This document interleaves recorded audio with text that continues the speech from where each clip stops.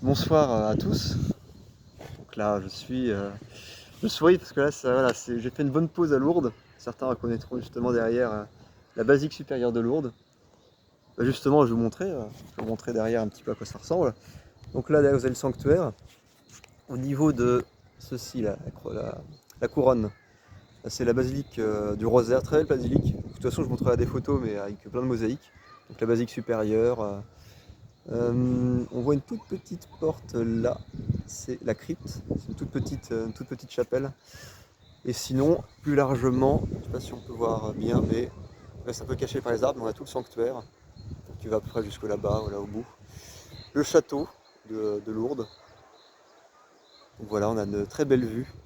Le pic du Gers derrière, tout en haut. Donc voilà, on a une très belle vue. On a une très belle vue sur Lourdes, parce que là, du coup, je suis sur l'esplanade de l'accueil de l'hospitalité Notre-Dame, qui est dans le sanctuaire, donc on a une super vue et il n'y a personne. Il n'y a personne, donc c'est super pour tourner avec un beau panorama, ce que je n'avais pas à Saintes lors de la dernière vidéo. Donc voilà, là j'ai passé, je suis arrivé le dernier jour de juin, le 30 juin si je ne me trompe pas, à Lourdes au soir. Là on est le 13, et le 12-13, je sais plus. Je perds le compte des jours. On est le 12. On est le 12, on est le 12. Donc voilà, j'ai passé 12 jours à Lourdes. Je repars demain, le matin.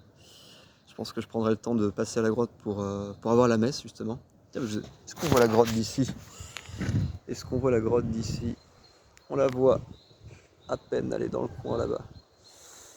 On la voit à peine. De toute façon, pareil, il y a un peu de photos. Parce que en 12 jours, ça a mitraillé. Ça a mitraillé pour pouvoir vous partager cette belle ville. Cette belle ville que je connais maintenant. Voilà, je le disais dans le dernier post, mais ça fait 10 ans, enfin, il y a 10 ans, je suis venu à Lourdes pour la première fois. Je suis revenu pratiquement tous les ans. Je crois que j'ai dû aller en pèlerinage avec le diocèse d'Angers au moins 8 fois. Au moins 8 fois, il y a quelques fois où ça s'était arrêté. Enfin, c'était arrêté avec le Covid notamment. Donc voilà, c'est une bonne pause que j'ai pu faire à Lourdes. Autant voilà, pour le corps que pour l'esprit. Voilà, ça se voit, je pense que je suis détendu. La barbe a poussé, ça c'est assez nouveau. D'habitude je rase. Je crois pas que j'ai eu la barbe déjà aussi longue, en tout cas aussi fournie, parce que là j'ai rien rasé du tout. Bah, c'est ce que disait Maël, ce que je disais à Maël sur Polar Step, que je me rasais pas la barbe jusqu'à être arrivé à Compostelle. Et peut-être que je la garderai après, parce que certaines personnes que j'ai croisées à Lourdes, que je connais bien et que j'ai recroisées à Lourdes m'ont dit ah bah tiens, ça doit plutôt bien. Donc je vais laisser pousser un peu et puis je verrai après Compostelle si je la garde ou pas. Ou si je la taille un peu. Enfin bref, on verra.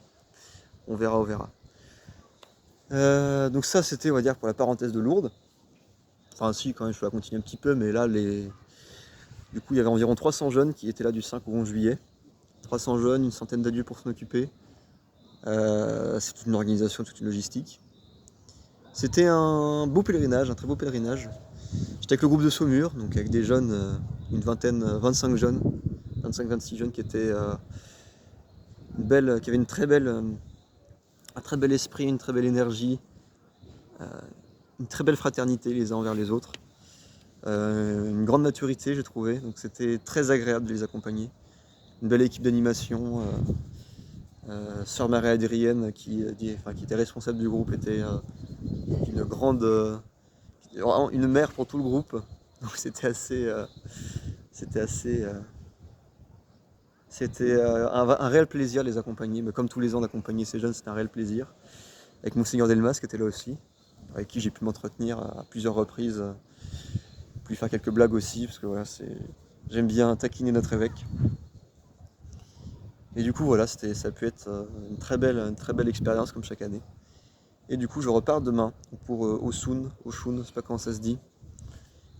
Donc pour 23 km, j'ai réussi à aller le sac. Donc passer de 13-14 kg à allez, 10 kg avec de la bouffe à l'intérieur, donc entre 9 et 10 kg. J'ai senti hier quand j'ai repris le sac, quand j'ai remis le sac sur le dos pour redescendre, je me suis dit oh punaise, c'est léger. C'est bien plus léger qu'avant en tout cas. Donc là, même s'il me reste 950 km, entre 900 et 950, j'ai l'impression que le plus dur est passé. voilà, le corps est fait, l'esprit est là, le moral est au plus haut. Donc j'ai largement confiance pour que la suite de ce pèlerinage se passe sans embûches, en tout cas sans embûches, sans grande difficulté, on va dire. Il va y avoir forcément des surprises, forcément des moments peut-être un peu plus durs, mais là je sens que c'est bien. Je sens que là ça va rouler jusqu'au bout. Et c'est beaucoup de belles rencontres parce que là voilà, il me reste une semaine avant d'arriver à Saint-Jean-Pied-de-Port, Roncevaux. Et en fait, beaucoup de pèlerins, notamment pèlerins internationaux, commencent à Saint-Jean-Pied-de-Port. Donc à partir de ce moment-là, Saint-Jean-Pied-de-Port qui est une Frances, il va y avoir beaucoup de monde, enfin beaucoup de monde, relativement, mais il va y avoir du monde. Je vais faire beaucoup plus de rencontres. Donc ça va être marrant de se remettre à l'espagnol, parce que ça fait longtemps que j'ai pas parlé espagnol. Bon, heureusement, mon anglais, je me débrouille pas trop mal dans l'anglais, donc ça devrait le faire.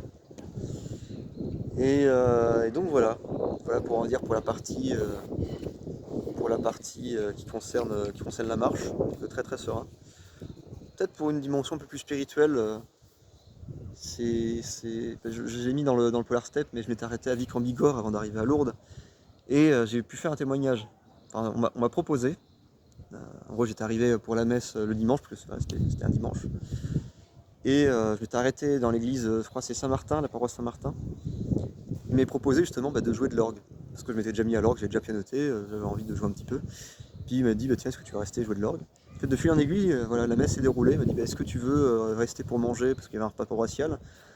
Et en discutant, il me disait, tiens, est-ce que tu veux pas témoigner carrément de ton pèlerinage? Et je l'ai accepté, et je m'étais rendu compte en témoignant que ça faisait longtemps finalement que je n'avais pas témoigné. J'avais été dans l'animation, j'ai avancé sur mon propre parcours, mais la dimension de témoignage était un petit peu passée entre guillemets au second plan. Mais ça, je l'avais déjà dit à quelques amis, c'est finalement je ne témoignais pas forcément, voilà, je suis pas forcément dans le témoignage oral, dans raconter mon histoire, mais voilà, j'avais pu, on va dire, renouer avec cette pratique. Et encore là, du coup, dans le pèlerinage des jeunes, j'ai témoigné à quelques groupes de mon parcours, que ce soit Compostelle, que ce soit Lourdes, que ce soit justement le parcours qui m'a amené à considérer la voie du sacerdoce et finalement à décider de l'emprunter, emprunter le chemin de formation du coup mi-septembre avec la propédeutique et le séminaire ensuite, si Dieu le veut. Mais voilà, ça faisait longtemps que je n'avais pas renoué avec cette pratique. Mais finalement, en fait, je l'avais fait sans le faire. Parce que finalement, mon Polar Step, c'est à la fois la dimension de voyage, d'aventure. Voilà, je vous partage des paysages, je vous partage voilà, le patrimoine que je visite, les gens que je rencontre. Mais pas forcément, j'ai pas forcément accentué finalement le témoignage de foi. Et j'ai pu finalement voilà, renouer avec cette pratique à Vic en Bigorre, où justement j'ai pu raconter un peu le voyage, mais accentuer l'aspect spirituel, l'aspect religieux. Et à la base, c'est ce que je comptais faire dans mon Polar Step, justement, accentuer cette dimension-là, notamment en partageant chaque jour un petit peu une phrase qui m'accompagne, on va dire, sur le chemin de réflexion, qui me nourrit pendant que je marche. Et il y en avait notamment une au début du pèlerinage, j'ai plus la référence précise en tête, mais c'est dans le Cantique des Cantiques, où justement c'est lève-toi et va vers celui que tu es. Et finalement c'était ça, pas dire la phrase qui m'avait animé pendant les premiers jours de mon pèlerinage. Va, lève-toi et va vers celui que tu es, rencontre celui que tu es. J'aimais bien cette phrase-là. Après, elle est assez rapidement passée au second plan parce que voilà, le corps avait commencé à souffrir. Et du coup, j'étais un peu plus dans des, entre guillemets, des citations un peu plus profanes, mais qui finalement font tout aussi réfléchir et permettent tout autant d'avancer. Je crois que c'est de Lao Tse, milieu commence par un pas. Ça, je me suis beaucoup répété dans les premiers jours parce que il fallait marcher, il fallait avancer alors que la douleur commençait à s'installer dans le genou. Et voilà, pas à pas, un pas après l'autre, pour vraiment voilà, rythmer ces premiers jours de marche. Et petit à petit, voilà, c'est intéressant de remarquer qu'il y a une transformation. On va laisse passer les cloches. Mais il y a une transformation qui s'opère petit à petit, puisque en fait on alterne. On alterne entre des temps de silence, on va dire. Des temps de réel silence, parce que j'ai beau avoir ceci pour écouter la musique. Il y a des temps de silence. J'aime bien les cloches. Il y a des temps de silence, de réel silence, notamment quand on arrivait dans les Pyrénées, où là j'ai un beau panorama pour vraiment nourrir ma réflexion. Et des temps voilà, de musique un peu plus méditative, parce que j'écoute pas on va dire n'importe quelle musique, j'écoute des musiques qui sont un peu plus portées sur la spiritualité, des chants à Marie, le Magnificat chanté, euh, euh, du grégorien, voilà, il y a tout un panel de chants et de musique chrétienne pour vraiment on va dire nourrir la réflexion. Et parfois voilà, j'oscille entre des temps de silence, mais de silence on va dire total, que ça soit pas d'écoute, enfin pas de musique, de silence de la tête, on va dire. On appelle ce qu'on appelle l'oraison, pour les personnes qui ne connaissent pas. Voilà, des temps vraiment d'oraison, où on essaie de faire le vide. Et finalement, voilà, j'ai noté des petites phrases qui m'ont animé, mais en fait, voilà, je reprends une phrase dans ces temps d'oraison, c'est voilà, Samuel qui s'adresse à Paul dans le livre de Samuel, chapitre 3, verset 10, Parle Seigneur, ton serviteur écoute. Ben voilà, cette phrase-là, parfois, venait dans ces temps d'oraison, parle, parce que là j'écoute en fait. Là, il n'y a pas de. Il n'y a rien qui pollue mon cerveau, il n'y a rien qui pollue voilà, mes oreilles. Donc je suis à l'écoute. Il y avait ces temps d'oraison. Et à l'inverse, des temps beaucoup plus. Avec beaucoup de réflexion, avec beaucoup de pensée. Beaucoup plus actifs, on va dire. Et ma foi, c'était beaucoup de réflexion autour voilà, de la vocation, finalement de ma vie passée, beaucoup aussi voilà, de l'église en général. Voilà, beaucoup de réflexions.